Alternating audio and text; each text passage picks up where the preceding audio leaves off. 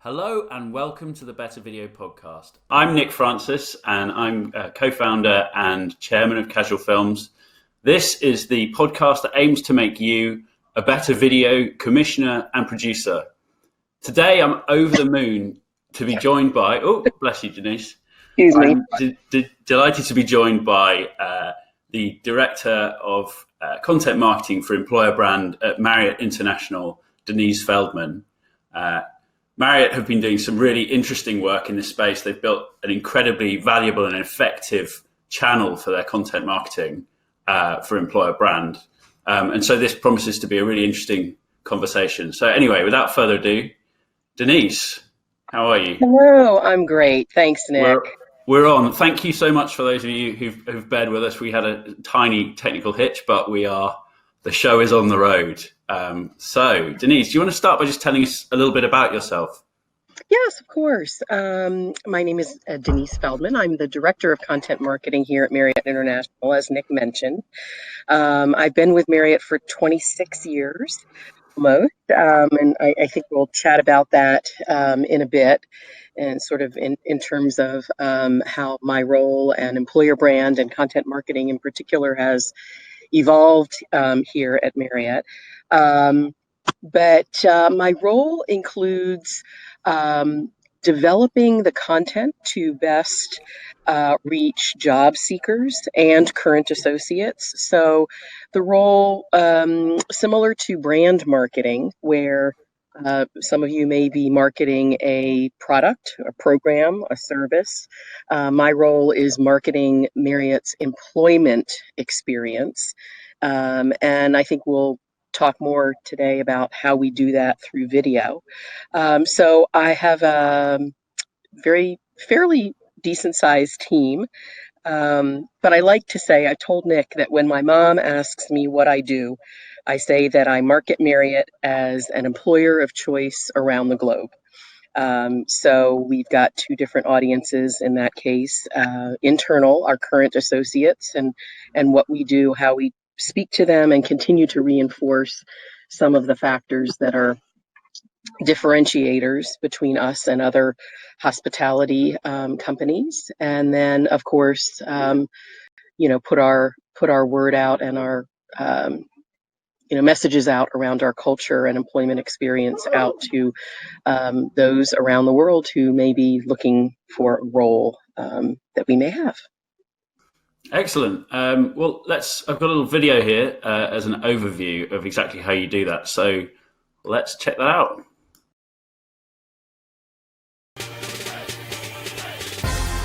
Marriott and broadcaster aren't two words you've heard together before, but a broadcaster we certainly are. And here's why. With our continued business growth around the world, and faced with a rapid evolution in consumer needs, we truly engage job seekers and attract top talent, especially millennials and Gen Z. Because we know for sure that video keeps job seekers on our website for longer and is more memorable than written content, we need to provide them with the content that paints a true picture of what it's like to work here, with a social media and mobile first focus, because that's the world they live in. At Marriott, we are enabling innovation. It's really part of who we are as a company these days, and that's super exciting. Marriott has built a sustained following by featuring video content on an always-on basis. With millions of visits to Marriott's career websites and 79% of traffic immediately viewing jobs, video is constantly pushed to job seekers at the point when they are making the decision to apply. There is a career path for many people at Marriott. This is a place that has a lot of opportunity for a lot of people. We target even more tightly by segmenting our content by brand, geography, and discipline. Internally too, video drives broad associate engagement in support of HR programs to reinforce our culture and core values and drive retention among next generation associates. Excellence in human resources is a significant driver of Marriott's success as the world's favorite travel company. And it's definitely working. We've produced more than 60 pieces of original video and podcast content that have been viewed more than 1.5 million times by our target audiences. Our videos are driving 4 times the level of engagement versus our written posts, and 10 times the average engagement rates across industries in social media. Our podcasts are driving 9 times the level of engagement versus our written posts and 25 times the average engagement rates across industries in social media. Social media channels continue to grow rapidly, with Twitter up by 65%, LinkedIn up by 20%, Facebook in an industry-leading position with 1.2 million followers, and an Instagram channel already among the largest career sites on the platform. Our CRM Stay in Touch database has 1.6 million job seekers, with open rates far exceeding industry standards at more than 25%. Marriott as a broadcaster? You bet we are.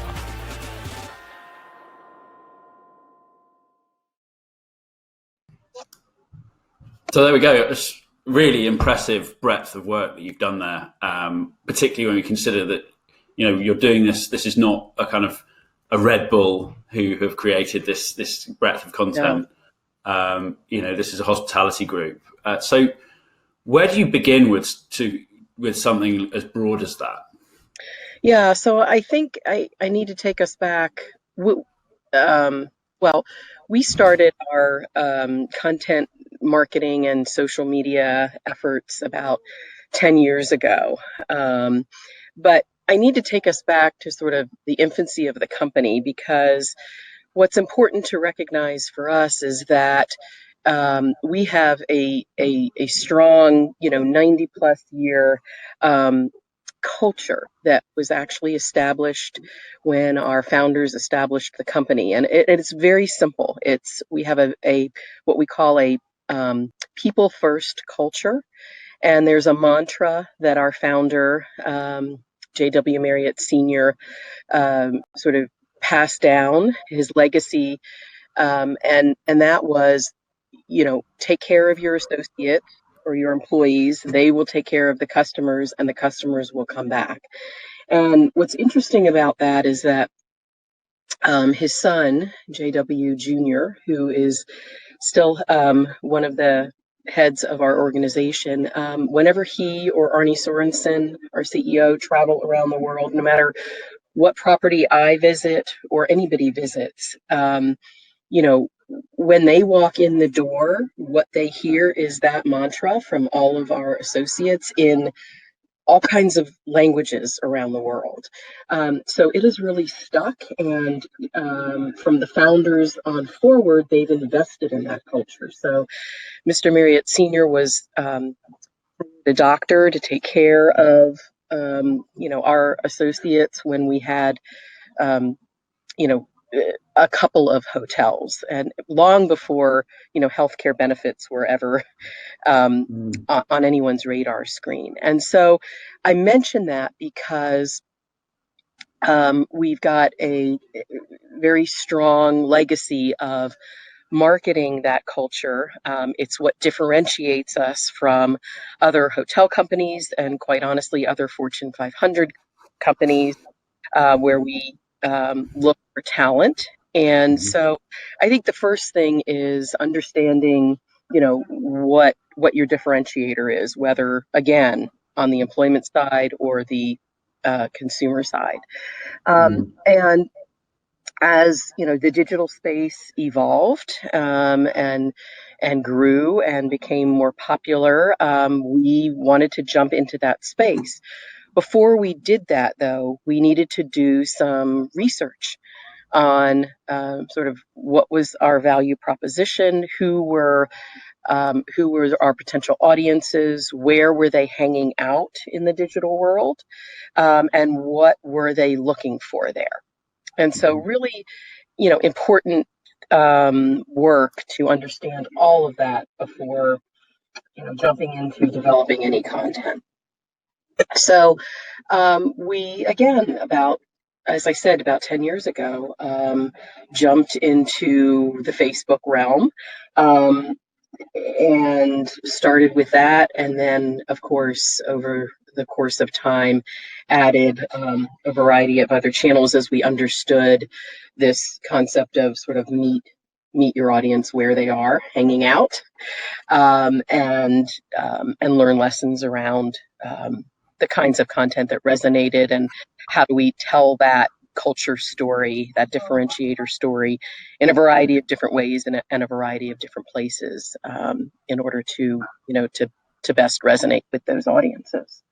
Yeah, I mean, it's because it's really interesting that, over the last kind of, I guess it's a decade really, that employer brand has been a big thing. That Right. idea of looking after your staff so that they then look after your customers is sort of everywhere now, I guess. But then, it sounds like that was something from the very beginning. I guess the question, and it's sort of disconnected from that really, is how did you know that the people that you were trying to get were where they were going to be on Facebook, where they were going to be on the social channels? Like what kind of research did you do to find exactly where they were going to be? So we did research through a third-party vendor that helped us understand, among job seekers not currently at Marriott, right, around the world, sort of what were they looking for in employers, what kinds of experiences, what benefits, what were they looking for, right? What would make them jump from a current job into a potential career with Marriott? And simultaneously, we also did research with existing associates. Why did they come? What kept them here? And within that research, or as a result of that research, actually, we have developed, or our agency developed, 5 or 6 personas, right? So a conglomeration of preferences and or pieces of the responses and the research findings that developed then personas. When we took a look at those personas, it was fairly easy for us to figure out, okay, based on what they're telling us and based on sort of these personas that we're seeing, where they may be hanging out in digital spaces. Some of that was related to age demographics. Some of it was related to, sort of where they were in terms of education and spectrum of community, and how important was community, and where were they finding all that, and that kind of thing. So a lot that came out of the research that helped us fine-tune that strategy. One thing that's really interesting, looking at the different types of content that you've created, and we can maybe talk a little bit about that in a minute, but it's not all necessarily about sort of big tub-thumping brand movies that kind of draw people in. Some of it can be really simple. And I think the video that I'd like to share now is, and I'll just share a little bit of it, was the How to Apply for a Job film, which I think you've had real success with. Do you want to just tell us a little bit about that? Yeah, so one of the things that we do is on a monthly basis, we collect metrics and take a look at that. We develop a scoreboard that is used within our own team to help refine our strategy, or what kinds of content or where we might be putting it in the coming months. And I noted that we just completed a mid-year scoreboard a couple of months ago, and what I noted was that a video that we produced, how many years ago, Nick? I can't remember now. I took a look at it the other day, but I want to say it's at least 3 or 4 years old, on how to apply for a job with Marriott, because some of the conversations online had been, that people were finding it difficult, or, they didn't know where to go and what to do. And so we literally produced, a well-crafted video on how to apply for a job. And in our mid-year scoreboard, that was one of the top 3 videos on YouTube that, that was still getting tens of thousands of hits, even years later. Fantastic. Well, here we go. So, you found the perfect job with us. That's great. Here's how to apply using our quick and easy online application system. Before going to the sign-in screen, you may select your preferred language in the upper right corner of the search page, and then begin by logging in. If this is your first time applying for a Marriott International job, you'll need to create an account. But don't worry, it's easy. If you have applied in the past, enter your username and password. But if you don't remember one or both of these, simply use the links on the login screen to reset them. Now that you've logged in, let's start the application. We're going to assume this is your first time applying for a job with us. There are a few ways to complete this section. If you have a LinkedIn or Indeed profile, save some time by uploading your information using your profile from these websites.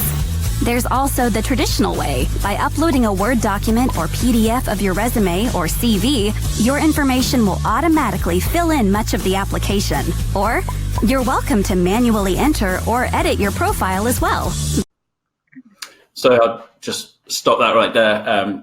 It carries on. It reminds me of when I worked briefly for BBC News, and while I was there, we did a review with a series of focus groups around all the different news content that the BBC creates, from the really high-end flagship stuff like Newsnight and the Today programme, right through to Newsround, which is produced for kids under the age of 12.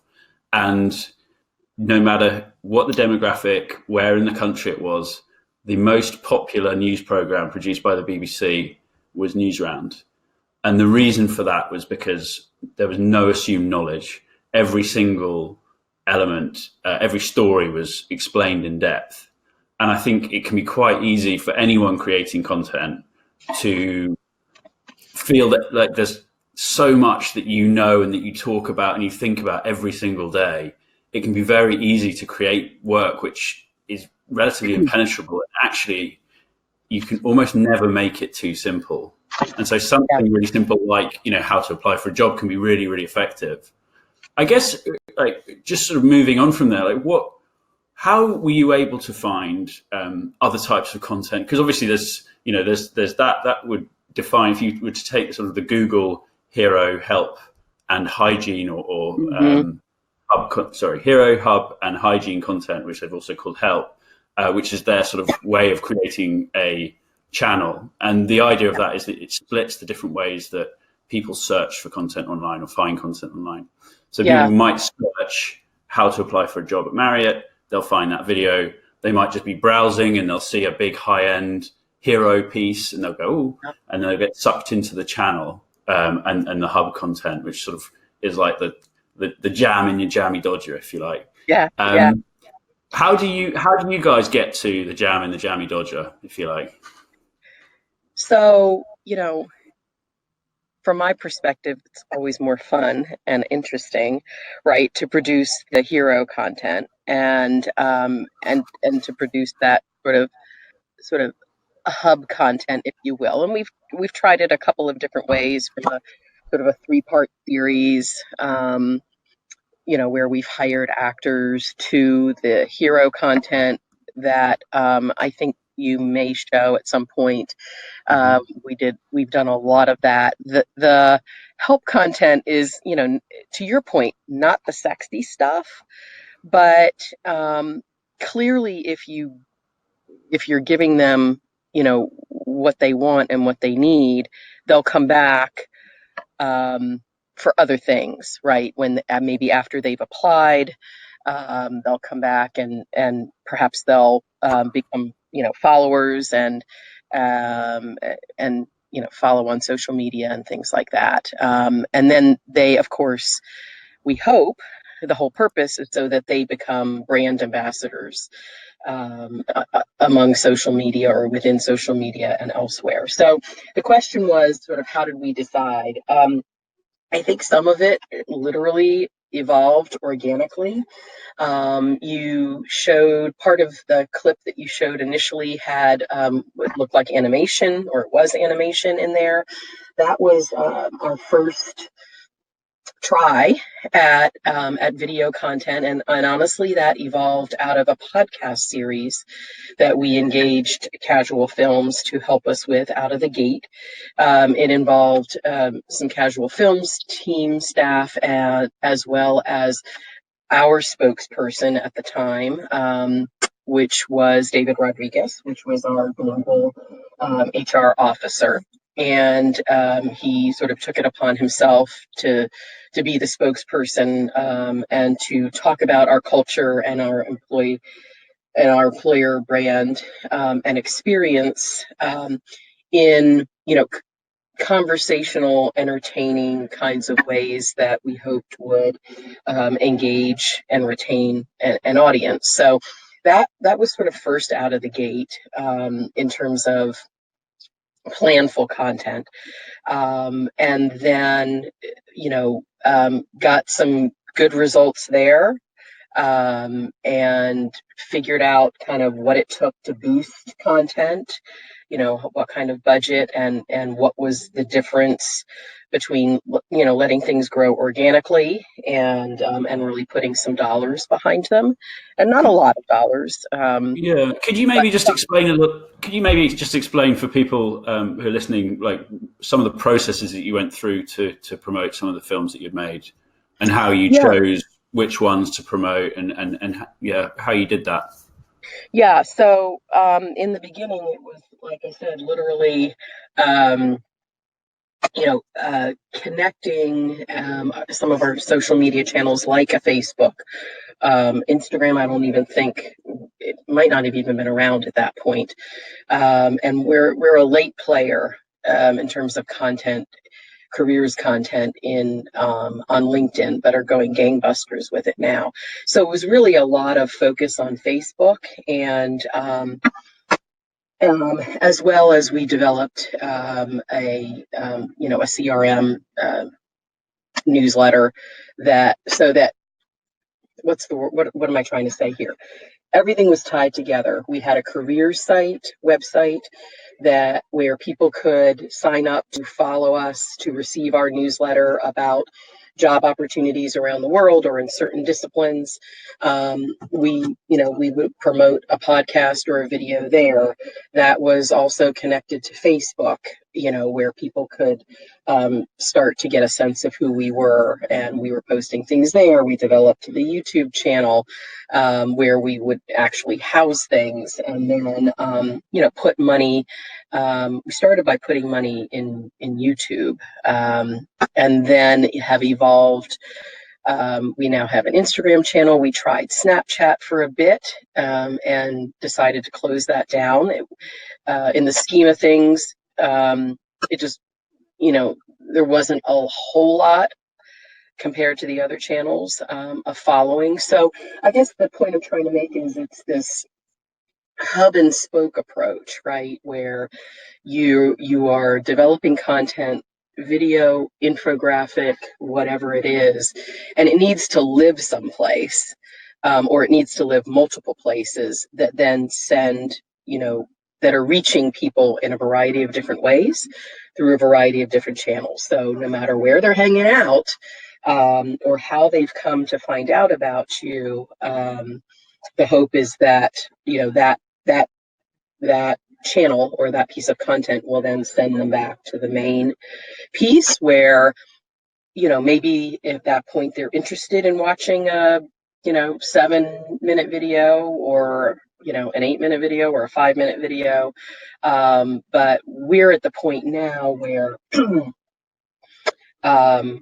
we are developing content in a variety of formats. Even when we're starting with video, we're always taking into account, okay, how are we going to slice and dice this for different channels like Instagram, right, where we've got 5 seconds or 10 seconds to grab someone's attention, versus when they're looking for us on YouTube, or if they're searching on YouTube, they may be more inclined to, watch 2/3 of the way through.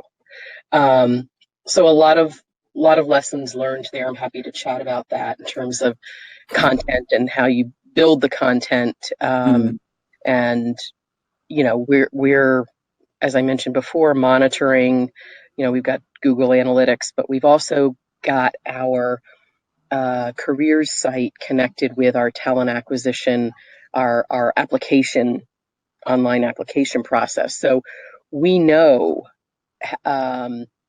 any given time, sort of what's driving people to our career site, and then so we know where they're coming from in general terms, or what percentage of our stops there are coming from, other social media channels, and then what percentage of those are then going in to actually apply. So, we're a big engine, but we started off as a really small engine Yeah. in the digital space. Yeah, I guess that's something where, let me dig a little bit deeper there, is that, it sounds like you've got a very well developed, and obviously from the video that we played at the top, you've got a very developed process with lots and lots of different content, all complementing one another. Where if you're someone who's, for someone who's listening in, who maybe they're not so far down the line, what would be step one to creating a content channel to help you drive your recruitment? Well, I'd always want to see what else was going on in my organization, right? I think whether you're a huge organization or a small organization, the inclination is to work in silos. And there were some, more corporate or brand, in our case, some of our hotel brands were doing things content-wise that we I don't want to say we repurposed, because at that time we did not, because it's just a little complicated. We're the sort of the Marriott International umbrella, right? Yeah, and then you've got we're not promoting jobs for particular areas of our business or brands necessarily. But yeah, I think so I would start by not reinventing the wheel, by thinking, there may be other parts of my organization that are already producing content that I can repurpose. So that's first and foremost. I would say that we kind of jumped in feet first into the digital space in terms of channels. And as I mentioned, tried to become a presence on Facebook long before we had video or other content to share. It was more, messaging and conversation starters, right? So how do you turn that messaging into, a mantra, a graphic, a banner of some kind, right? If that's what your budget and sort of where you are in that content development journey, if that's where you are, then I think there's probably some low-hanging fruit. Yeah, we learned a huge lesson this year. We have what's called a food and beverage division. So here at corporate, so they sort of set the strategy and innovate around food and beverage across particular brands of hotels that we own and that kind of thing. They were going gangbusters, had as you can imagine, a consumer budget, marketing budget, to develop video around Marriott's, food and beverage experience at any of our hotels. And because of the collaboration or the relationship that has been established by my digital team here in the careers space with those entities, we were able to take those videos and slice and dice them and repurpose them and position them as, here's what Marriott's doing in the food and beverage space. Don't you want to be a part of this? They were well done. They were the ones, that division budgeted for them. We put some money behind promoting them, but we're able to definitely take advantage of, again, another department's content. Yeah, I think that's really important, because we're getting to a point now where even relative latecomers there will be an amount of content that's being created, and everyone needs things quicker, faster, better, cheaper. Yeah. And if you can work with the stuff that you've already got, it can be a really effective way of just getting things out there and then just trying, see what works. Yes. Put it on your different social channels, see what lengths work on which channels. Yes. There's endless information online that you can find that will help you, or you can speak to a specialist, like, for example, Casual Films, who would be very happy to help you. So, it doesn't really matter what your budget is, or what you're trying to achieve. I mean, the fact is, we've all got cell phones that shoot stunning videos now. Yeah. You can go and you can just try it and just see. I think we did. We took some risks. We took some chances. I think one of the things that I want to drive home are some of the lessons that we've learned. We started off featuring our, global executive HR officer, and the first couple of years did a lot of, head face to camera, hearing from key executives that nobody knows about, Marriott culture and things like that. And for a number of reasons, we needed to start that way, right? When we created a film that featured our own associates, whom I like to call our best brand ambassadors, right? And if you've got a bit of a healthy culture and a healthy engagement among your employees, your employees are probably your best, brand ambassadors. As soon as we started featuring them and giving them the mic, right? Giving them the opportunity to tell their story and to tell Marriott's story, that's when things started to skyrocket. And it became really clear really quickly that what the public wanted to hear was, from our own associates in a very authentic way.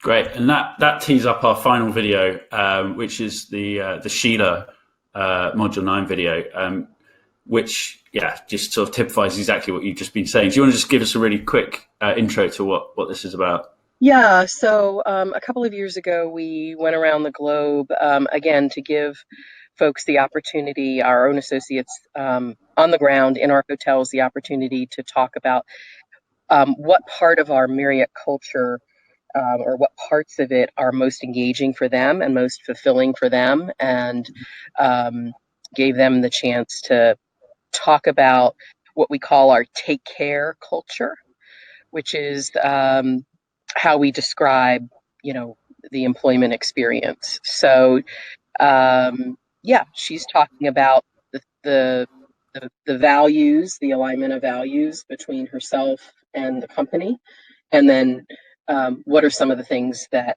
help her stay engaged here at Marriott. Great.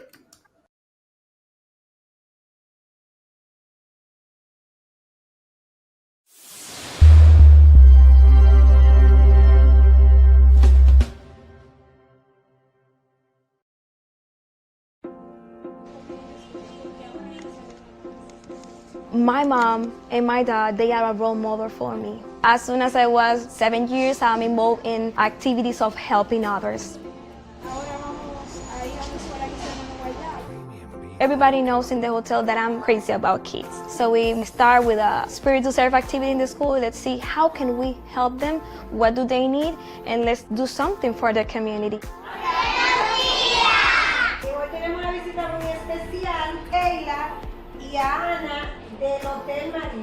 We collect food for them, we collect toys, painting their faces, singing, dancing with them. We have around 3 years working with them. I really enjoy that activity, and actually we will continue having more plans to helping those kids. ¿Cuándo son las próximas vacaciones? En mayo. ¿Y la niña cómo sigue? La niña está muy bien. During this process, I have learned the value of giving the others a little bit of what I already have. The YCI program is a very good initiative of Marriott that helps students that don't have the same opportunities that most of us have, good education, living with our parents. passing through all the departments, getting an opportunity to be someone in the future. César, arréglate el name tag, papá. Ronis. They call me Mama Sheila because I have always separate conversations. Okay, how's everything? How can I help you? When I see myself, oh my God, I have everything. And if I can give something of what I have to these teenagers, well, more than happy to do it. Spirit to Serve is an initiative that helps Marriott with the responsibility in how do the guests and also our associates see our company. We say the same way that they are taking care of us, they are taking care of the community. Wow, that's a big commitment for a company. That definitely make me feel proud of that. Yeah, it's so great. And you know, in reflection of what you said about your employees being your best brand ambassadors, you know, she's so honest and real, and you know, it's such an overused word, but sort of authentically portraying those values that you're trying to underline. You know, you can't fake it. No, you can't. I think that's probably the most important message that I have today is, you know who you are, know what differentiates you, and be authentic. And I think if you apply all three of those principles to your content, you know, things will work out great. You saw her, I don't know whether you noticed or anyone listening or watching today noticed, but she was crying at one point, dabbing her eyes when she was talking about the young men that she was mentoring. And so, you know, clearly that sort of mentoring, you know, opportunity is near and dear to her heart. She feels very strongly about what she's been blessed with in terms of her family, who you saw in the beginning of the film, and her parents and things like that, and feels just very strongly about, you know, mentoring others that are less fortunate. So our culture, while we talk about it being a take care culture and care of our associates and things like that, the two words that really represent that in terms of your employment experience is empowerment and opportunity. And both of which she talks about, but I think you see it played out there. She, you know, has been given opportunities to sort of follow a passion or, you know, work on a daily basis where she has the chance to give back to her community, and has been, you know, empowered to do that on behalf of Marriott. So. Yeah, I mean, you know, we've sort of avoided talking too much about culture, although obviously the culture is very strong, mainly because we talked a lot about it in our first two podcasts that we did, which you can find on Apple Podcasts or anywhere that you find podcasts and listen to podcasts. And I'd recommend that you do that, subscribe, so keep up to date. We've got a number of really great interviews coming up, and this one will be up there before you know it. So yeah, do sign up. I think one of the things that I feel like I say a lot, but you almost can't say it too much, is that I think one of the things that I really love about making films that define things like value and brand is that it can take something that's relatively intangible, like a business value, like empowerment, and it shows it so tangibly. So, Sheila's sitting at that table talking to the men, that is empowerment personified. And it's which makes it such a powerful tool for building an internal culture. Yeah.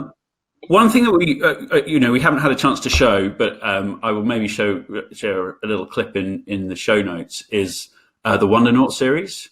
Yes. And we talked a little bit about the podcast, and we're going to finish up in a second. So if you've got a burning question for Denise, do get it in shortly. But do you want to just tell us talk a little bit more about how you went from the podcast to sort of putting the animated overlay on it, and how that changed the engagement that you got with it?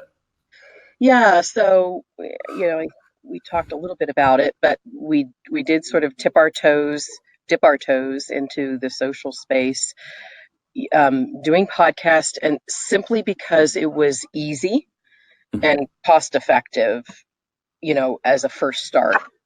And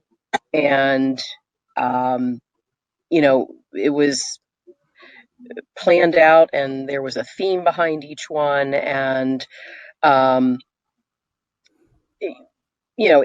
again, it worked, but we were looking for sort of, okay, how do we take our reach, really far into the stratosphere?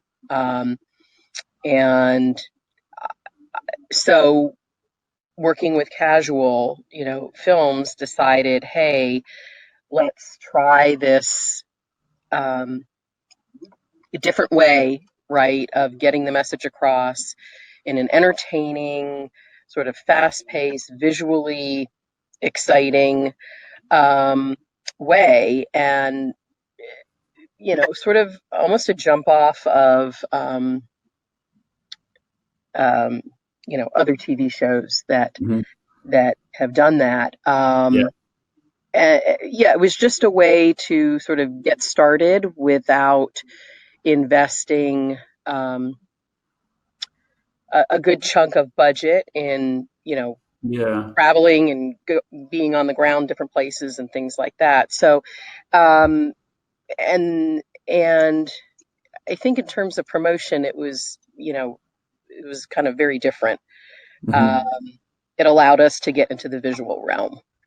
Absolutely. I mean, it's really interesting. It's very eye-catching. Yes. And they're very simple to do. I'd recommend you checking out the little clip that I'll share, because it's such a great way of getting around a number of production challenges. So not being able to get everyone in the room, you can do telephone interviews, which can then be animated. Right. You don't have to worry about people looking awkward on camera.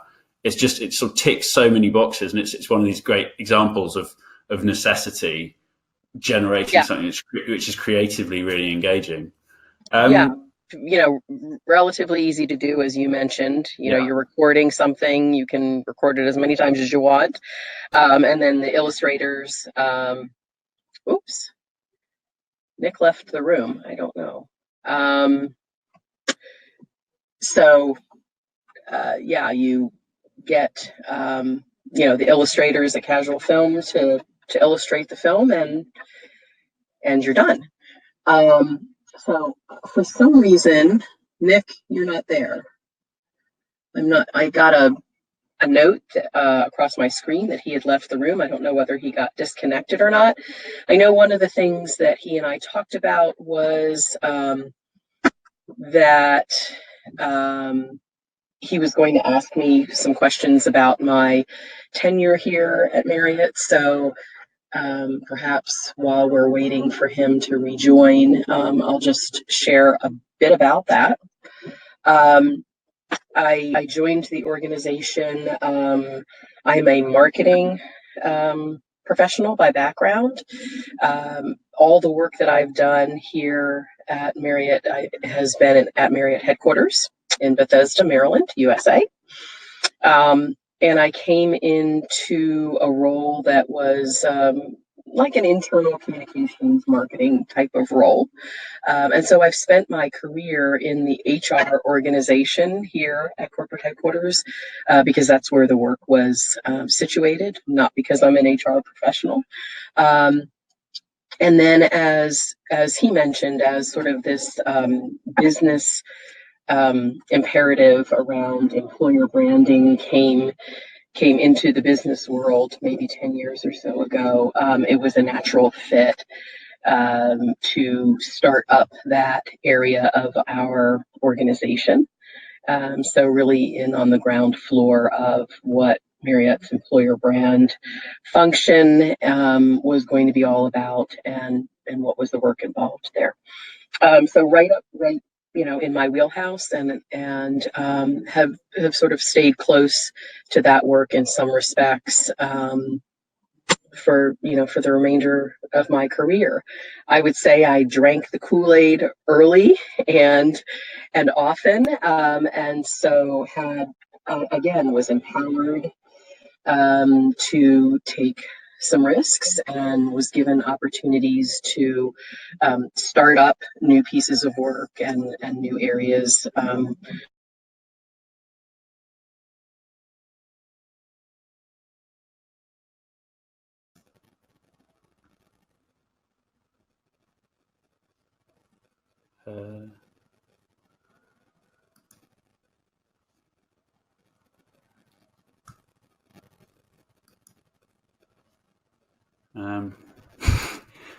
Well, if you can still hear us, we seem to be having a few technical difficulties. I was on the verge of saying anyone can record something, right? And we seem to have the webinar room seems to have suddenly gone very strange. All right. Are you there? Right, but we're back. We're back. We so have I got a we have note sound and across my picture. screen that said you left the room. I didn't. I would. Yeah. I don't know what happened there. I was literally just saying anyone can record something, and it popped me out. So I think it's got a hubris sensor on it, and it popped me out of the room. I guess just to finish off, just one final question really from me is, you've been at Marriott for some time now, and at a time when people move around a lot, I just wondered, what does that sort of length of experience in a company give you, and what's stayed the same, and what's maybe changed over your time with the company? So I think that my length of time here has given me the opportunity to really see how a business, continues to take risks and innovate, and as one of our founders said, fail and fail fast and move on. It's also given me a huge amount of historical knowledge related to communicating with our associates and our job seekers. And that's, proven to be invaluable as long as I'm willing to stay flexible. Things change so quickly. I think what has remained the same is definitely this culture of empowerment and opportunity. I've been lucky enough to have some just awesome managers and mentors in the organization, and who have, had my back and encouraged me to take risks. I thought I was sharing this with the room while you were off, but I then noted that my microphone wasn't live. So I'll just kind of share it, and that, it's I like I said, I drank the Kool-Aid early and often, and it's been my pleasure to be here. But I love to get in on the ground floor of things, and I've been given the chance to, as the work has evolved and as the employer brand became a business strategy and things like that, I've been able to get in on the ground floor and help shape things. And for me personally, from a marketing background and perspective, that's what's important to me. That's what helps, get me up and out of bed every morning, is the ability to help shape kind of the direction that we're going in and what we're saying and how we're saying it. Great. Thanks, Denise. I'm going to ask you for what would be your one takeaway in just 1 second. But I'm just going to say, like Casual Films, who bring this podcast to you, is a business that works with Fortune 500 companies and companies that want to stand out globally. We have offices in the UK and across the US, and we would be really pleased to talk to you about any potential projects that you might have in the coming months. You can do that by contacting us via our website or emailing us some projects@casualfilms.com. If you want to get in touch with me, you can do that. My email is nick@casualfilms. And I think my one takeaway from today was around the thinking about profiles and who are the different people that you're trying to communicate with, what's the type of content that they're going to engage with, and then just giving it a shot and seeing what resonates for different people. So what would be your one takeaway, Denise? My one takeaway would be, if you're going to jump into the digital world, you will need to have an always-on mentality. You don't have to do that necessarily by producing, video in multiple ways, multiple videos, all year long. Not many of us, at least on the employment side, have that kind of budget. So my one takeaway would be, think about all the ways that you can produce big and small pieces of content. Whether that's a piece of advice, sharing a mantra, sharing a photo, lots of different ways to develop content. Yeah, maximizing the mileage of your content. Yeah. If someone wants to follow up with you and get in touch, what would be the best way to do that? I'm at Marriott, and so it's denise.feldman@marriott.com. So that's DENISE.Feldman, FELDMAN, at Marriott, 2 R's, 2 T's.com. Great. I'm also thank you so much. You can reach me there. Great. LinkedIn is always a good one. Thank you so much for joining us and giving us your time this morning. It's been really, really interesting. And there we go. Next time we have a very exciting guest that I'm just nailing down. So I'll share the details very shortly, not literally, obviously. And I will look forward to seeing you there. And Denise, thank you so much. Have a wonderful day. Thank you. And everyone listening, you too. Thanks a lot. All right. Bye now.